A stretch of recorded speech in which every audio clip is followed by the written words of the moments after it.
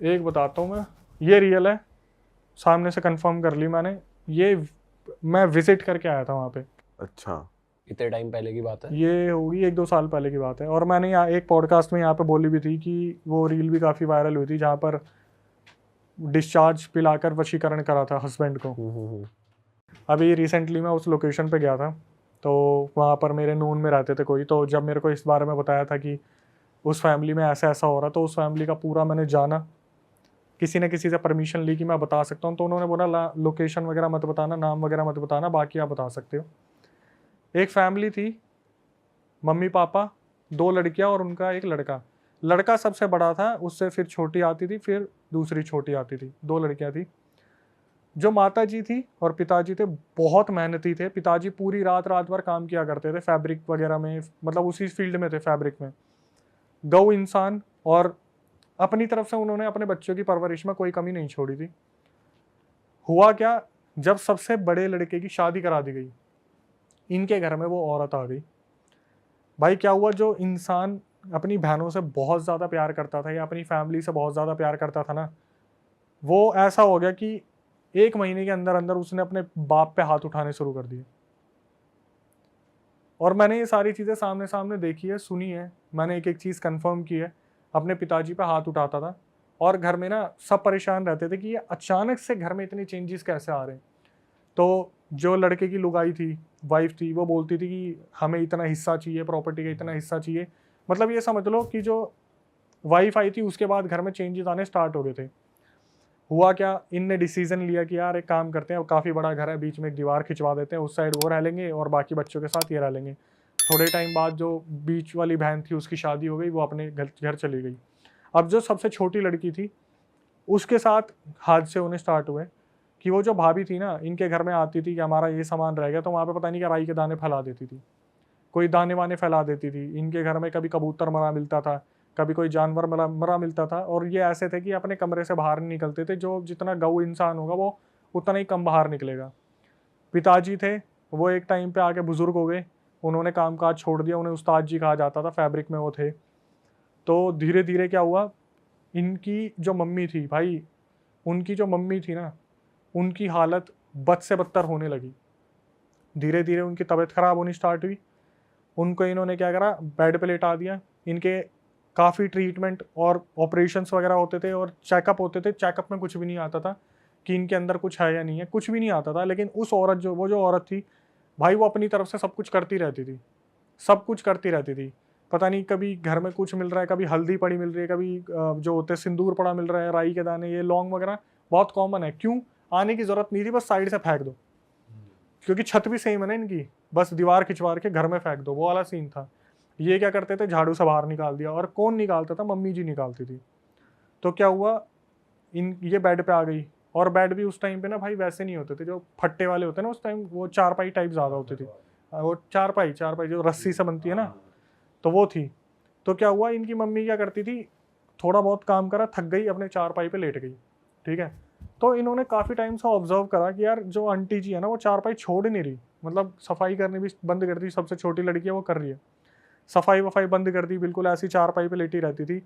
उन्हें हफ्ते से ऊपर हो गया, वो बस चारपाई पे लेटी लेटी खा लेती थी। बहुत ज़्यादा एजिड हो रही थी, धीरे धीरे खा रही थी, हल्का बहुत, मतलब ऐसा हो गया था कि हालात बहुत बद से बदतर हो गए थे। और इन्होंने दूसरी चीज़ों पे छोड़ ही दिया था कि दूसरी ऐसी कोई चीज़ है।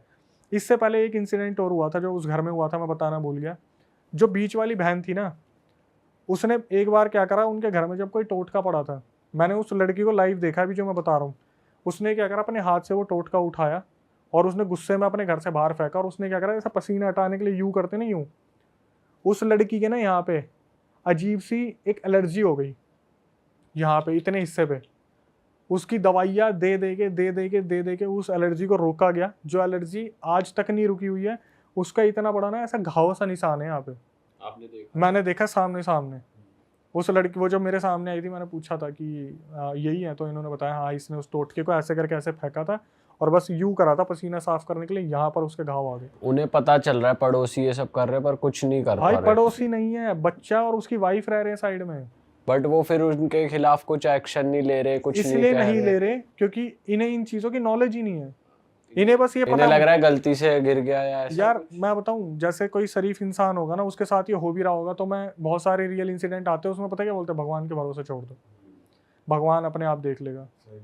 ठीक है, तो वहाँ पे मान्यता भी है बहुत सारे मंदिरों की, और बहुत बड़े बड़े हनुमान मंदिर है वहाँ, बस लोकेशन नहीं बता सकता मैं। तो उस लड़की ने ऐसे करा, उसका पूरा मुंह यहाँ से इतना हिस्सा उसका खराब हो गया। ठीक है, फिर उसने मना कर दिया कि तुम टोटके को हाथ मत लगाओ, तो मम्मी जी ही सब कुछ करती थी। जब 1-1.5 हफ्ता मम्मी जी नहीं उठी ना वहाँ पर से, इन्होंने कहा कि दोबारा डॉक्टर के लेके जाना है चेकअप के लिए, क्योंकि खाना भी नहीं खा रही है अब। भाई इन्होंने जब ऐसे चारपाई से आंटी जी को उठाया ना, तो ना वहाँ पर उनकी सूट, उनकी बैक पूरी खाल चिपक गई थी, उनकी कमर पूरी गल गई थी। काले जादू से इतना बुरा हाल करा था ना उनके घर में, उनकी कमर पूरी गल गई। चारपाई जैसे होता नहीं, यूं यूं स्क्वायर बने थे, वैसे पूरी खाल चिपकी हुई थी उस पे। ये इतना ज्यादा बौखला गए, क्योंकि लड़की की भी शादी होगी, लड़का तो बगल में ही रह रहा है, वो तो लड़का कुछ कर ही नहीं रहा, वो तो बस मारपीट करता है। और औरत इतनी गंदी है कि अगर कोई बीच में आता है ना बचाव के लिए, तो ये अपने कपड़े फाड़ देती है। वो मारपीट या घर वालों को ही मार रहा है? घर वालों को, कि मेरा बाप है, प्रॉपर्टी नहीं दे रहा, मेरे को पैसे नहीं दे रहा, ये नहीं है वो नहीं है। और बाप बेचारा भाई, अपनी लड़कियों की शादी भी तो करनी है उसे, तेरी तो करा दी, तू तो किसी काम का है नहीं, पेपर से बेदखल कर दिया, फिर भी नहीं मान रहा, प्रॉपर्टी चाहिए, प्रॉपर्टी चाहिए, कुछ जमीन जायदाद होगी कहीं खेतों की, वो चाहिए। थप्पड़ वप्पड़ बीवी बीच में घर में घुस जाती है कि हमारे घर में ये चीज़ नहीं है, पैसे दो हमें। कभी किसी ने एक्शन लेने की कोशिश की, कपड़े फाड़ लिए, पुलिस बुला ली कि मेरा ऐसे ऐसे अटैम्प्ट करा, ये है वो है। भाई पिताजी बहुत परेशान हुए, माता जी एक टाइम पे आके उन्होंने बोलना बंद कर दिया, वो सुन पड़ गई, बस ऐसे लेटी थी तो ऐसे लेटी रहती थी। एक रात क्या हुआ, घर में चिल्लाने की आवाज़ आई, पता नहीं किसकी, किसी एंटिटी की, बहुत तगड़ी। और माता जी बस अपनी जगह पे लेटी लेटी, जैसे होता है ना एकदम से घबरा रही है, स्लीप पैरालिसिस में वाइब्रेट हो रही है, ऐसे होता रहा, उनके मुंह से झाग निकलने लगे। उनको इमरजेंसी में हॉस्पिटल ले जाया गया। हॉस्पिटल वालों ने हालत देखी कि यार कुछ भी समझ नहीं आ रहा कि इनके साथ हो क्या रहा है। और भाई लिटरली मैं काफ़ी ना इमोशनल हो जाता हूँ जब ऐसी चीज़ बताता हूँ, क्योंकि मेरे सामने वो पूरी फैमिली बैठी हुई थी, उनके मुंह से झाग निकले। और आखिरी में जो मैं बताऊंगा ना भाई, आपको इतना हेट होगा ना, वो औरत के मुंह से झाग वाग निकले, उन्हें हॉस्पिटल लेके गए, वो औरत ना तड़प रही थी लिटरली। क्यों? मेरे को खाना दे दो, मेरे को पानी दे दो, मेरे को प्यास लग रही है। डॉक्टर ने बोला भाई मत देना, इनकी अंतड़ियाँ किस टाइम भी फट सकती है, मत देना। अब जो बच्ची थी वो अपनी माँ के बहुत ज़्यादा क्लोज थी, उसने बोला कि माँ को तड़पते कैसे देख सकती हूँ। उसने 1 गिलास पानी ऑफर करा, उसकी मम्मी ने पानी पिया, और वहीं पे उसकी अंतड़ियाँ फट गई। अंतड़ियाँ फट गई, वहीं ऑन द स्पॉट क्लियर हो गया कि आपको मना करा था। तो बच्ची बोली कि मैं अपनी माँ को मतलब तड़पते देख लूँ, पानी ना पीने दूँ। उसके बाद माता जी चल बसी, जो पिताजी हैं, लड़की है, वो कहीं ना कहीं अपना पीछा उनसे छुड़वा के कहीं और चले गए। वो जो औरत है ना, आज भी मैं देखता हूँ उस औरत को, माँ कसम इतनी ऐसी औरत है ना, पता है क्या बोली कि मैं इस खानदान को ख़त्म करवा दूंगी, तो प्रॉपर्टी सारी इसके नाम आ जाएगी ना मेरे पति के, मैं सबको मरवा दूंगी। भाई आए दिन नंगी होके खड़ी हो जाती कहीं भी। हरियाणा पुलिस ने पता क्या बोला था जब कंप्लेंट करी थी, सारे जितने भी वहाँ वो थे पड़ोसी, वो बोले भाई साहब हमारे सामने आपके कपड़े फाड़ रही है, आप फिर भी कुछ नहीं कर रहे। हरियाणा पुलिस को बोले, हरियाणा पुलिस पता क्या बोली कि मैडम एक बात बताओ, हमारे ऊपर ही कपड़े फाड़ के आरोप लगा दिया, हम क्या कर लेंगे। वो जो आदमी है ना, अभी भी है वो, जो इतना पिटा है पुलिस वालों से, इतना पिटा है सिर्फ झूठे केस में, और पुलिस वालों को पता है कि ये झूठे केस है, लेकिन फिर भी एक्शन ले रहे हैं, क्योंकि एक्शन लेना पड़ेगा, क्योंकि औरत ने कंप्लेंट डाली है कपड़े फाड़ के कि मेरे ऊपर कुछ हुआ है। पुलिस वालों की इस औरत से ना लिटरली फटती है, और वो इतने बड़े तांत्रिक से कनेक्टेड है, पता नहीं किससे कनेक्टेड है भाई। वो ना पहली बार मैंने ऐसा सुना था, वो फोटो से भी ब्लैक मैजिक करवा सकती है, फोटो से भी, इसलिए उसके बीच में कोई कुछ नहीं बोलते। बस अब इतना रह गया कि वो जो आदमी और उसकी बेटी है वो भागे भागे घूम रहे हैं इधर से उधर। प्रॉपर्टी भी नाम करवा दी, जब लड़का बेदखल करवा जो रखा था, लड़के का बाप है वो भगा भगा दौड़ रहा है अपने बच्चे से। बताओ क्या औलाद है।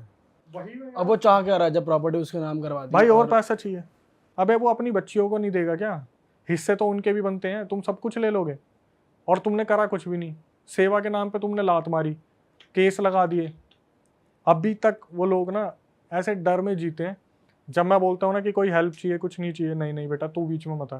भाई ये तो अलग ही चीज है यार, क्या ही औलाद है। भाई हाँ हाँ हाँ, लास्ट फाइनली अब मुझे याद आया, जो वो रील वायरल हुई थी वो क्या थी कि जब इन्होंने, जो पापा जी थे और उनकी लड़की ने पता करवाया कि एक्चुअली में हमारा लड़का ऐसा क्यों कर रहा है, चलो ये तो दूसरे ब्लड लाइन की है, हमारा लड़का ऐसा क्यों कर रहा है, तब वो जो वहाँ पर बैठे तांत्रिक थे उन्होंने बताया कि आपके लड़के को पहले दिन ही इसने अपना वाइट डिस्चार्ज पानी में मिला के पिला दिया था। जो याद है फर्स्ट सेकंड पॉडकास्ट में मैंने बताया था, मैंने ऐसा काला जादू देखा जहाँ पे वाइट डिस्चार्ज पिला के अपने कंट्रोल में कर रखा है। उस लड़के को कुछ नहीं पता, उस लड़के को बस इतना पता है मेरी बीवी जो बोलेगी मुझे वो करना, उसने बोला ना अपने पापा को मार, वो उसके लिए पापा नहीं है। जैसे अभी हम शैतान वशीकरण की बात कर रहे थे ना, कि जो वो बोलता था मैडी माधवन, वही वो लड़की करती थी। टाइम लगा उस लड़के को, मैंने बोला ना 1 महीने बाद सब कुछ हुआ था। 1 महीने बाद वो औरत जो बोलती थी उसका पति वही करता था। और आज भी भाई मैं बता रहा हूँ, मैं गया था जब इनकी प्रॉपर्टी डिस्प्यूट हो रहा था, तहसील जो होती है जगह पे, मैं कह रहा हूँ वो औरत पता कैसी है, डमरूस की है वो। और आते ही पता क्या करेगी भाई, पूरी मर्द जात की ना फटती है उससे वहां पे, कि अगर वो चिल्लाना शुरू करेगी, वहां के जो वो होंगे ना सरपंच वगैरह भी, वो भी यूं बोल देंगे भाई इससे दूर रहो ज्यादा अच्छा है। ये एक ऐसी औरत है ना जो घर परिवार बर्बाद कर दे। उसने एक लड़की को ना, मैं बता रहा हूँ, एक लड़की पता नहीं कुछ कर दिया था, उसकी भी कुछ बच्ची थी उस औरत की, उस बच्ची से कोई छेड़छाड़ कर दी थी। भाई आप बिलीव नहीं करोगे उस लड़की के ऊपर क्या काला जादू करा उसने, ऐसा काला जादू करा। वो जो लड़की थी ना, उसने काली मुर्गी को पकड़ा, उसके ऊपर पैर रखा और बोलने लगी मैं इसको खाऊंगी। वो लड़की बोलने लगी मैं इसको खाऊंगी। और वो पता किस मोहल्ले में थी, जहां पर मुर्गियों को पूजा जाता है, उनको अपने पास पाला जाता है। वो पूरा मोहल्ला उस लड़की को मारने के लिए आ गया था। बाद में पता चला इस लड़की के ऊपर कुछ कर रखा है जिसकी वजह से ये हरकत कर रही है। नेक्स्ट लेवल चीजें हो रही है यार, क्या हो रहा है इंडिया में। मैं बोलता रहा हूँ कि मैं बस बता नहीं सकता, कुछ आइडेंटिटी नहीं खोल सकता कि लोग वहां पहुंच जाएंगे, लेकिन आज भी वो परिवार परेशान है। धमकियों भरे फोन आ जाते हैं, कहीं से भी नंबर निकाल लेंगे, धमकी भरी चीजें होती रहती है सब।